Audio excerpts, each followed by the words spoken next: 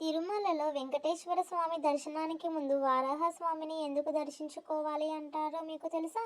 తిరుమలలో ముందుగా వారాహ స్వామిని దర్శనం చేయడం అనేది అత్యంత ప్రాముఖ్యత కలిగిన సంప్రదాయం.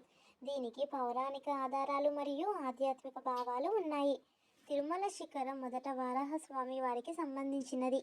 వెంకటేశ్వర స్వామి ఇక్కడ నివసించడానికి వారాహ స్వామిని అభ్యర్థించారు. అందుకు వారాహ స్వామి అంగీకరించి కొంత భూమిని ఇచ్చాడు. ప్రతిఫలంగా వెంకటేశ్వర స్వామి మాట ఇచ్చాడు. తన వద్దకు వచ్చే భక్తులు ముందుగా వరాహస్వామిని దర్శించుకొని తర్వాత తనని దర్శించుకుంటారు అని. తిరుమల యాత్ర పూర్తి ఫలం కలగాలంటే ముందుగా వరాహస్వామి దర్శనం చేయాలన్న నమ్మకం ఉంది. ఇది తిరుమల క్షేత్ర నియమానికి, వెంకటేశ్వర స్వామి వారి ఒప్పందానికి నిదర్శనం. సంప్రదాయాన్ని పాటించకపోతే తిరుమల దర్శనం ఫలప్రదం కాదని భక్తుల విశ్వాసం. తిరుమలలో తొలి దేవుడు వారాహస్వామి, తర్వాత శ్రీ వెంకటేశ్వర స్వామి.